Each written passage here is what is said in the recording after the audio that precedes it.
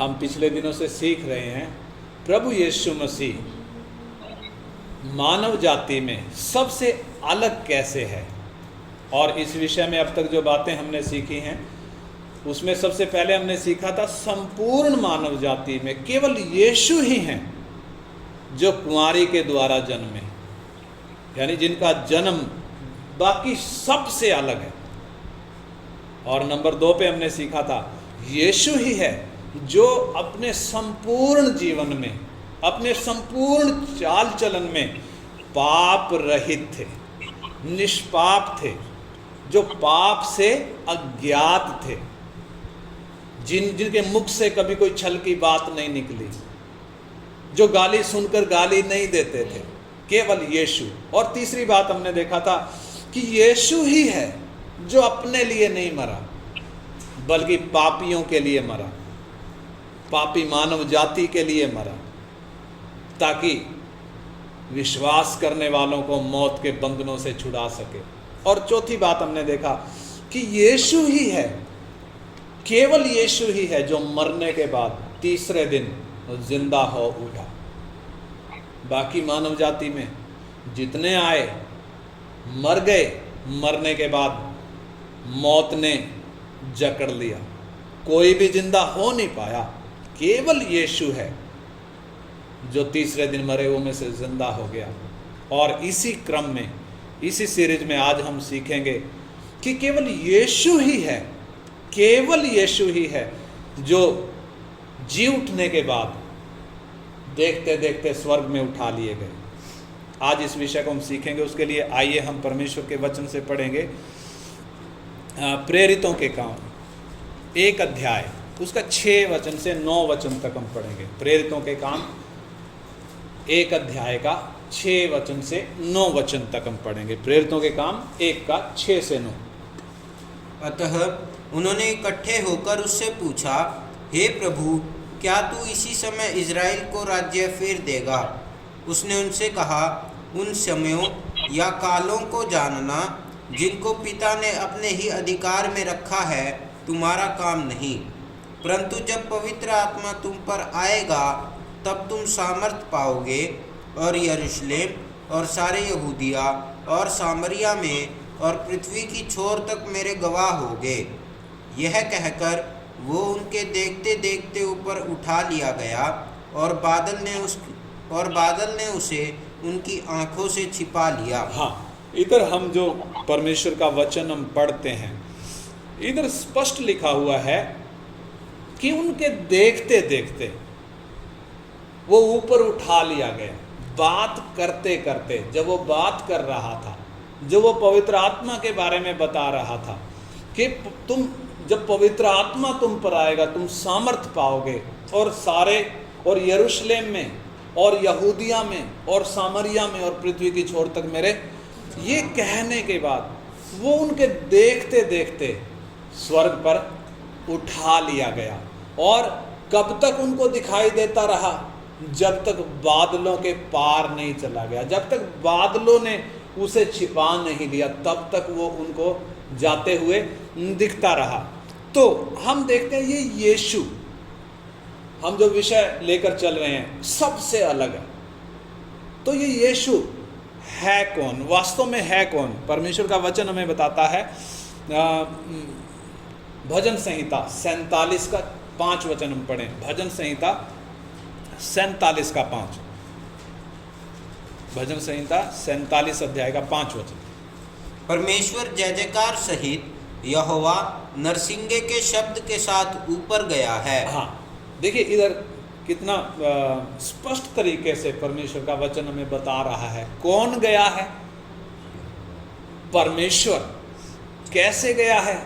जय जयकार के साथ और नरसिंगे के शब्द के साथ ऊपर गया है। कौन गया है? यहोवा परमेश्वर गया है। यानी ये यीशु कौन है? यहोवा परमेश्वर खुद।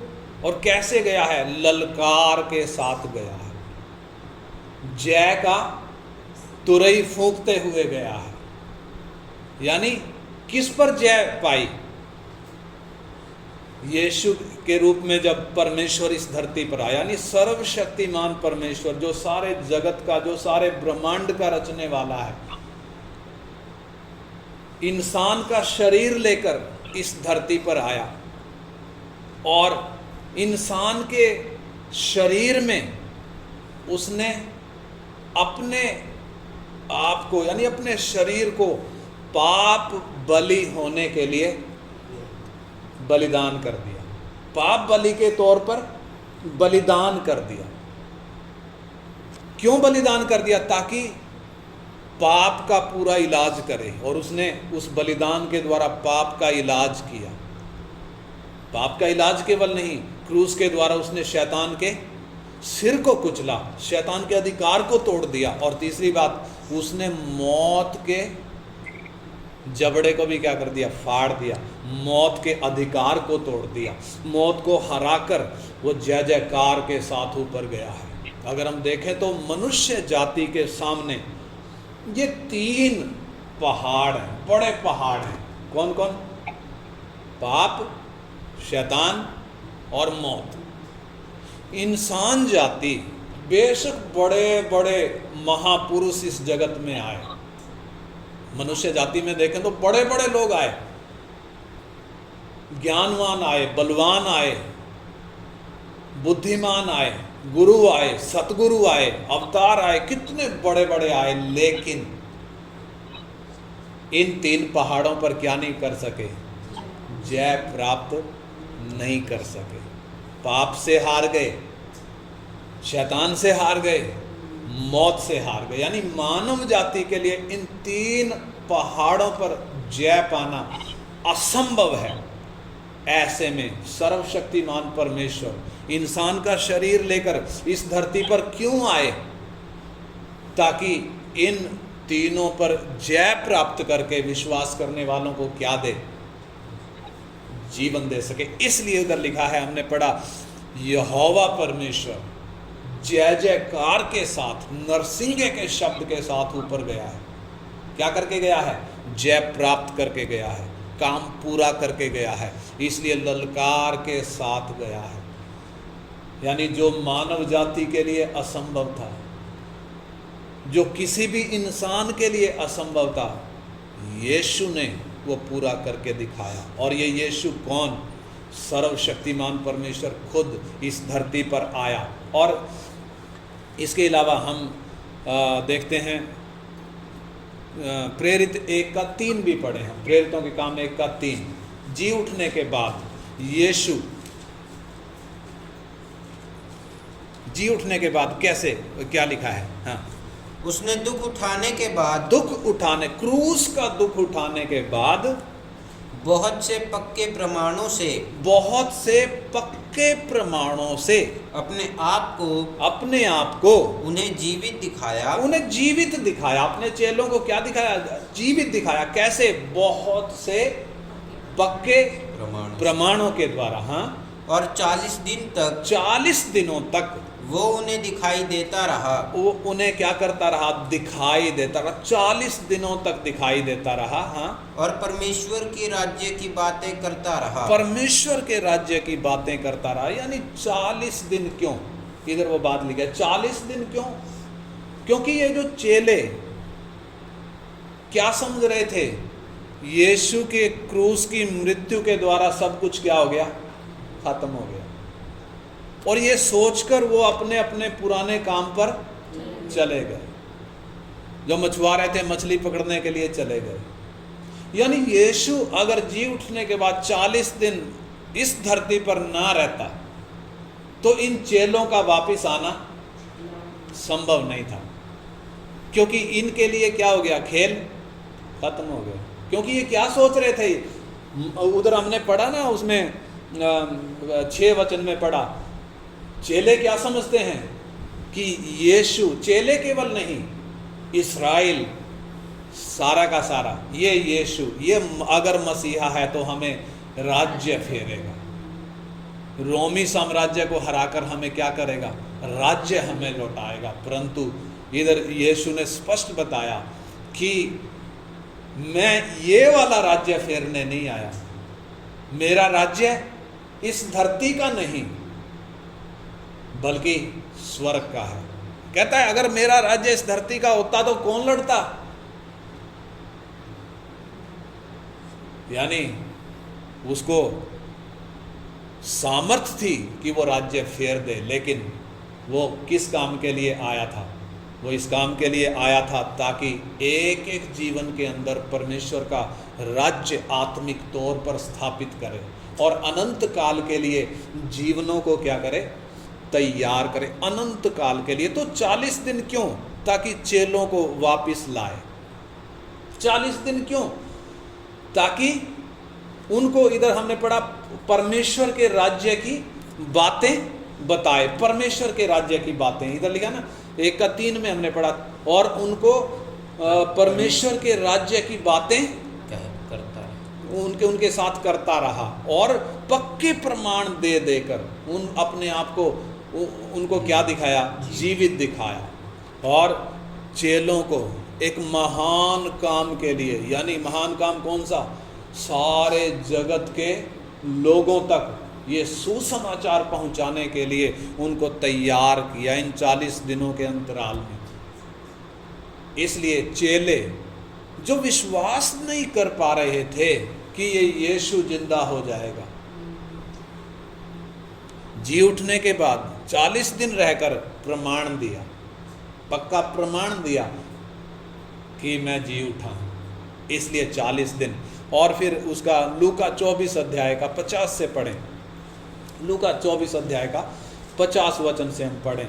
यानी जब परमेश्वर शरीर में होकर इस धरती पर आया, कुछ दिन धरती पर रहने के बाद, अपने शरीर को पाप बलि के तौर पर बलिदान करने के बाद, यानी पाप का इलाज करने और शैतान के सिर को कुचलने और मौत को हराने के बाद मरे हुए में से जी उठा। 40 दिनों तक जब इस धरती पर रहा, हाँ पढ़े, उसके बाद क्या हुआ? तब वो उन्हें बेतनिया तक बाहर ले गया। हाँ, उसके बाद वो उन्हें बेतनिया तक बाहर ले गया और अपने हाथ उठाकर उन्हें आशीष दी। अपने हाथ उठाकर उन्हें आशीष दी और उन्हें आशीष देते हुए वो उनसे अलग हो गया। हाँ, और स्वर्ग पर उठा लिया गया। हाँ, तब वे उसको दंडवत करके बड़े आनंद से यरूशलेम को लौट गए। और वे लगातार मंदिर में उपस्थित होकर हाँ, परमेश्वर की स्तुति किया करते थे। हाँ, परमेश्वर की स्तुति किया करते थे। यानी जो क्रूस के द्वारा जब यीशु को पकड़वाया गया, ये चेले तितर बितर हो गए। यानी इनको जो क्लेश हुआ वो अब किस चीज में बदल गया? आनंद में बदल गया। कैसे आनंद में बदला? यीशु के जी उठने के कारण, यीशु के चेलों पर प्रकट होने के कारण। और यीशु को इन्होंने क्या किया? जाते हुए देखा। तो इधर सवाल उठता है, प्रभु यीशु मसीह कुछ लोगों पर ही क्यों प्रकट हुआ? जी उठने के बाद पब्लिकली क्यों नहीं प्रकट हुआ? सब मनुष्यों पर क्यों नहीं प्रकट हुआ? सारे संसार पर क्यों नहीं प्रकट हुआ ताकि सब विश्वास करते? थोड़े से लोगों पर क्यों प्रकट हुआ? उधर उसमें लिखा है ना, पहला कुरिन्थी 15 अध्याय का, पहला कुरिन्थी 15 का 4 से हम पढ़ेंगे। पहला कुरिन्थी 15 अध्याय का 4 वचन से किस किस को दिखाई दिया? हाँ, पहला कुरिन्थी 15 अध्याय का 4 से पढ़ेंगे, 4 से 7 वचन तक। और गाड़ा गया। हाँ। और पवित्र शास्त्र के अनुसार हाँ। तीसरे दिन जी भी उठा। तीसरे दिन जी भी उठा। और कैफा को तब 12 को दिखाई दिया। फिर वो 500 से अधिक भाइयों को हाँ, एक साथ दिखाई दिया। 500 से अधिक किनको? भाइयों को दिखाई दिया, जिनमें से बहुत से अब तक जीवित हैं। हाँ, जब पौलुस ये वचन लिख रहा है, चिट्ठी लिख रहा है कुरिन्थियों के नाम, तब तक उनमें से बतेरे क्या थे? जिंदा थे। हाँ? पर कुछ सो गए। कुछ सो भी गए। हाँ? फिर वो याकूब को दिखाई फिर दिया। याकूब को दिखाई दिया। तब सब प्रेरितों को दिखाई दिया। तब सब प्रेरितों को भी दिखाई दिया। यानी जब हम देखते हैं, हम संडे को सीख रहे थे प्रभु भोज के विषय में, कि यीशु जब प्रभु भोज के लिए चेलों के साथ बैठा, कितने चेले सामने हैं? सिर्फ 11, जबकि प्रचार कितनों को किया। और इतना ही नहीं, कितने सारे चेले नियुक्त किए थे, 2-2 करके भेजा था। बड़े आश्चर्य के काम करते हुए आनंद के साथ वो वापस आए थे। लेकिन प्रभु भोज में कितने? 11, अंतिम समय में 11, और लास्ट में ये 11 भी छोड़कर चले गए। पतरस कहता था कि मैं तेरे लिए अपना प्राण भी दे दूंगा, मैं तुझे कभी नहीं छोड़ूंगा। प्रभु कहता है तू 3 बार मेरा इनकार करेगा। यानी चेले सब छोड़कर चले गए। और इधर लिखा है केवल 11 को वो नहीं दिखा, इधर लिखा 500 भाइयों को एक साथ दिखा। ये भाई कैसे? 500 चेले नहीं लिखा, क्या लिखा है? 500 भाइयों को। यानी वो उन्हें क्या पुकारता है? वो उन्हें अपना भाई कहने से लज्जाता नहीं है। क्या कहने से? भाई कहने से। यानी 11 को केवल वापस नहीं ला रहा है, उनके अलावा भी जो पीछे चले गए थे उनको भी वापस ला रहा है। क्यों ला रहा है? ये अनंत काल के लिए चुने हुए हैं। यानी प्रभु यीशु सबको नहीं दिखाई दिया, सब मनुष्य जाति को नहीं दिखाई दिया, केवल चुने हुओं को दिखाई दिया। ये किस बात को दर्शाता है? जो विश्वास करने वाले हैं केवल उन पर प्रकट होगा। जो विश्वास करने वाले हैं केवल उन्हीं को स्वर्ग में लेकर जाएगा, क्योंकि यीशु का जी उठना कलीसिया के लिए गारंटी है। किस बात की गारंटी है? कि कलीसिया भी जी उठकर किधर जाएगी? स्वर्ग में जाएगी। इसलिए उसने पहले से बताया, क्रूस की मृत्यु के पहले से बताया कि मैं जा रहा हूं, मेरा जाना जरूरी है ताकि तुम्हारे लिए जगह तैयार कर सकूं, ताकि फिर मैं आऊं और तुम्हें अपने यहां ले जाऊं, जहां मैं रहूं वहां तुम भी रहो। यानी पहले से बताया था मेरा जाना उचित है। मैं जाऊंगा तो तुम्हारे लिए क्या करूंगा? पवित्र आत्मा को भेजूंगा। मैं ना जाऊं तो पवित्र आत्मा नहीं आएगा। यानी यीशु मसीह ने अपने जाने के विषय में पहले से बताया था। यीशु मसीह ने केवल नहीं बताया था, बल्कि भविष्यवक्ताओं ने भी भविष्यवाणी करी थी। हम पढ़ेंगे भजन संहिता 68 अध्याय का 68 अध्याय का 18 वचन, 68 वर्स 18।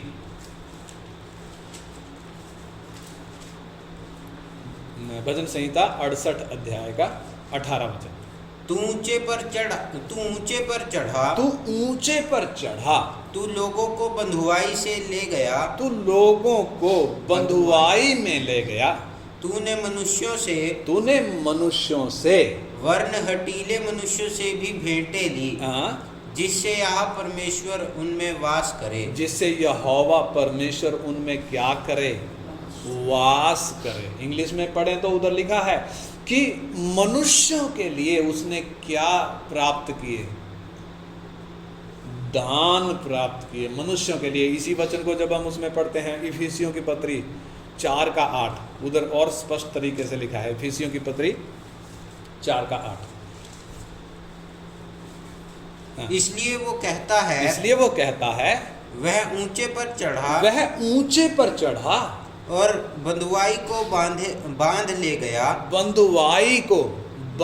गया और मनुष्यों को दान दिए। मनुष्यों को क्या दिए? दान दिए। मनुष्यों को कौन से दान दिए? इधर लिखा है मनुष्यों को दान दिए, जिससे यहोवा परमेश्वर उनमें वास करे। तो मनुष्यों को दान कौन से दिए? मालूम है? परमेश्वर के अनुग्रह का दान जो हमें मिला है। नंबर 2, पवित्र आत्मा का दान जो हमें मिला है। नंबर 3, इफिसियों की पत्री 4 का 11 में पढ़े तो उसने कईयों को प्रेरित नियुक्त करके, और कईयों को भविष्यवक्ता नियुक्त करके, और कईयों को सुसमाचार सुनाने वाले, कईयों को रखवाले और कईयों को उपदेशक नियुक्त करके दे दिया। क्यों दे दिया? ताकि मसीह की देह यानी कलीसिया उन्नति पाए, ताकि आगे को कोई भी बालक ना रहे, बल्कि मसीह के पूरे डीड डोल तक बढ़। यानी ये दान है, और ये दान हम मनुष्यों को मिले कैसे? कैसे मिले? परमेश्वर का अनुग्रह का दान, पवित्र आत्मा का दान, और परमेश्वर के सेवकों का दान। वो भी दान है। परमेश्वर के सेवक भी क्या हैं? कलीसिया के लिए दान है, जो कलीसिया को परमेश्वर की आमद के लिए तैयार कर रहे हैं, प्रभु की आमद के लिए तैयार कर रहे हैं, उसके साथ अनंत काल तक रहने के लिए जो तैयार कर रहे हैं। यानी ये दान हमें मिले कैसे?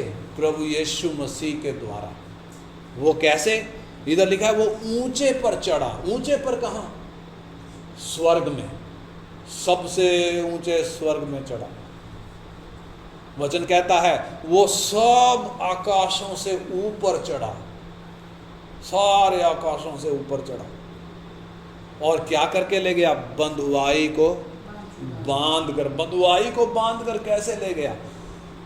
यानी जो लोग पुराने समय में परमेश्वर की व्यवस्था के अनुसार या विवेक के युग में जो विवेक के अनुसार चलते थे, जिन्होंने भेंटें चढ़ाकर यानी बलिदान चढ़ाकर जिन्होंने परमेश्वर को प्रसन्न किया अपने चाल चलन के द्वारा, अपने जीवन के द्वारा, जो परमेश्वर पर भरोसा करके चले, यानी जितना वचन उनके सामने खुला था उसके हिसाब से जो ईमानदारी से चले, जो विश्वास योग्य रहे, क्योंकि उनके पाप के लिए कीमत दी नहीं गई थी, इसलिए मृत्यु के बंधनों में वो मरने के बाद पड़े थे। कहाँ पड़े थे? अब्राहम की गोद करके, जहाँ वो लाजर जो घावों से भरा हुआ, वो अब्राहम की गोद में गया। वो अब्राहम की गोद में उधर अधोलोक की जगह में आराम कर रहे थे। लेकिन आराम उधर क्यों कर रहे थे? वो स्वर्ग की तरफ क्यों नहीं गए? वो उधर क्यों आराम कर रहे थे? क्योंकि मौत के लिए अभी तक कीमत चुकाई नहीं गई थी। पाप के लिए, पाप का अभी तक इलाज किया नहीं गया था। यानी वो अभी तक किधर थे? बंधुआई में थे। और यीशु ने उस बंधुआई से उनको छुड़ाकर, यानी मौत के लिए कीमत देने के बाद, मालूम है जब 3 दिन और रात प्रभु यीशु कब्र में रहे, वो उन निचली जगहों में उतरे। इधर वो लिखा है, और पूरा वचन हम पढ़ेंगे तो वो निचली जगहों में उतरे। उन्होंने उन आत्माओं को जो कैद में पड़े थे प्रचार किया। कौन सी कैद में? मृत्यु की कैद में पड़े थे। उनको सुसमाचार सुनाया। क्या सुसमाचार सुनाया? तुम्हारे लिए कीमत दी जा चुकी है, अब तुम्हारे ऊपर मौत का कोई अधिकार नहीं है। मालूम है उनको लेकर, छुड़ाकर लेकर वो किधर गया? ऊंचे पर चढ़ा। उन बंधुओं को आजाद कर कर लेकर गया। और क्या प्राप्त किए? हम मनुष्यों के लिए दान प्राप्त किए। यानी यीशु जो ऊपर चढ़ा, हमारे लिए कितना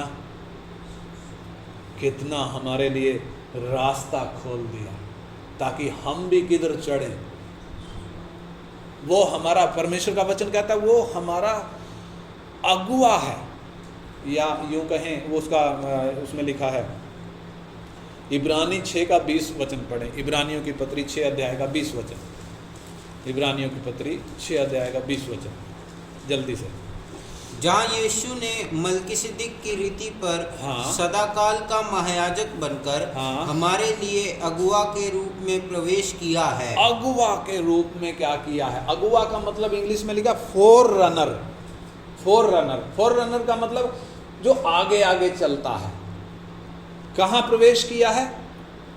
इधर लिखा है, पढ़ें दोबारा। जहाँ यीशु ने हाँ। मलकीसिदक की रीति पर हाँ। सदाकाल का महायाजक बनकर हाँ। हमारे लिए अगुआ के रूप में प्रवेश किया है। स्वर्गीय स्थानों में, उस स्वर्गीय तंबू में क्या किया है? सदा काल के लिए मलकीसिदक की रीति पर हमारे अगुआ के तौर पर इस्तेमाल किया, यानी हमारे अग्रदूत के तौर पर, यानी हमारा फोर रनर जो हमारे आगे आगे गया है। मालूम है उसके पीछे पीछे कौन भी जा रहा है? कलीसिया भी जा रही है। कौन लोग?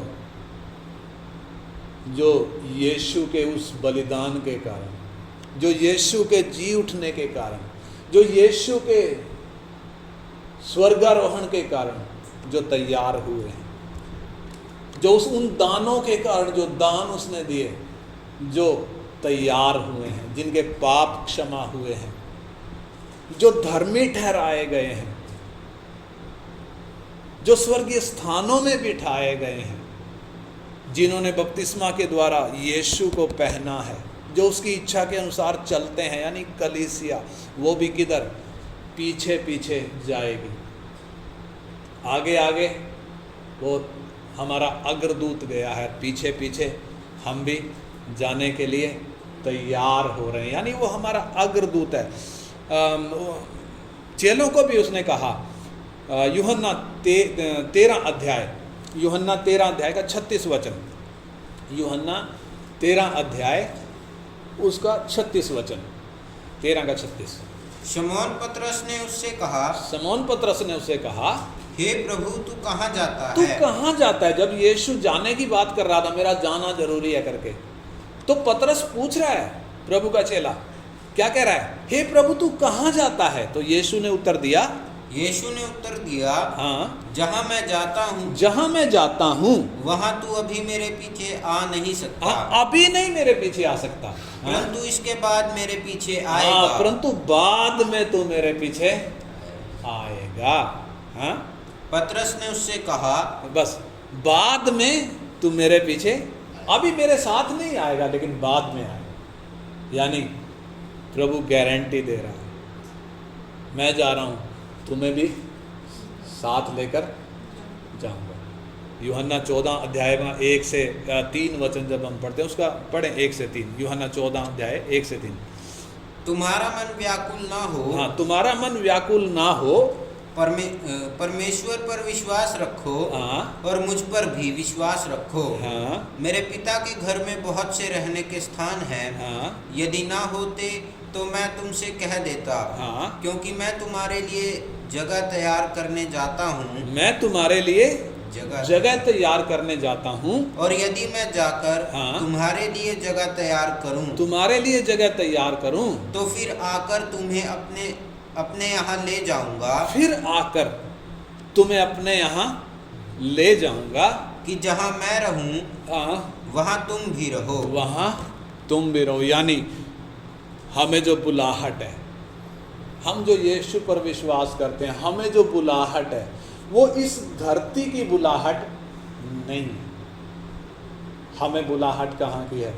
जहाँ हमारा प्रभु रहता है, यानी वो ऊंची बुलाहट, यानी वो स्वर्गीय बुलाहट, यानी वो पवित्र बुलाहट परमेश्वर ने हमें दी है, ताकि हम अनंत काल तक उसके साथ रहें। इसलिए आइए हम जरा अपने जीवनों को जांच कर देखें, आंख बंद करके, सिर झुकाकर हम अपने जीवनों को जरा जांचें। क्या इस यीशु पर मैं विश्वास करता हूँ जो मेरे पापों के लिए क्रूस पर मरा है, जो मरने के बाद कब्र में रखा गया, जो तीसरे दिन कब्र में से जिंदा हो गया, जिसने पाप का पूरा इलाज कर दिया, जिसने शैतान के सिर को कुचलकर उसके अधिकार को तोड़ दिया, जिसने मौत के जबड़े को फाड़कर उसको हराकर मौत के अधिकार को तोड़ दिया, जो जी उठने के बाद 40 दिन तक भाइयों को दिखाई देता रहा। उधर लिखा है भाइयों को दिखाई दिया, यानी हमें बुलाहट, यीशु कौन? हमारा बड़ा भाई, हम उसके छोटे भाई, हमें वो बुलाहट है। Hallelujah, hallelujah. वो हमें भाई कहलाने से नहीं लग जाता। आइए हम विचार करें, मैं कहाँ हूं, मेरी स्थिति क्या है? क्या अभी भी मैं पाप का गुलाम हूं? क्या अभी भी मैं शैतान के फंदे में फंसा हुआ हूं? वो जहां चाहता है मेरे घुटने रगड़वाता है, जहां चाहता है मेरी नाक रगड़वाता है। क्या अभी भी मौत मुझ पर प्रभुता करती है, क्या अभी भी मैं मौत से डरता हूं? आज इसी समय प्रभु जिसने आपके लिए कीमत चुकाई वो आपको पुकार रहा है, वो आपको पुकार रहा है। हालेलुया। आपको पाप की गुलामी से छुड़ाने के लिए वो पुकार रहा है, शैतान के फंदे से आजाद करने के लिए वो आपको पुकार रहा है, मौत के अधिकार से आपको छुटकारा देने के लिए वो आपको पुकार रहा है, अनंत जीवन का वारिस होने के लिए वो आपको पुकार रहा है। हालेलुया। हे मेरे भाई, हे मेरी बहन, क्या आप अपने सृष्टिकर्ता की आवाज को सुन पा रहे हैं? क्या आप अपने उद्धारकर्ता की आवाज को सुन पा रहे हैं? क्या आप उसके साथ अनंत काल तक रहने के लिए तैयार हैं? आइए हम अपने जीवनों को जांच कर देखें। क्या मैंने उस यीशु पर विश्वास किया है जिसने मेरे प्राणों की छुड़ौती दी है, जिसने मेरे पापों का प्रायश्चित अपना खून देकर किया है, जो इसलिए मरा कि मुझे मौत के बंधनों से छुड़ाए।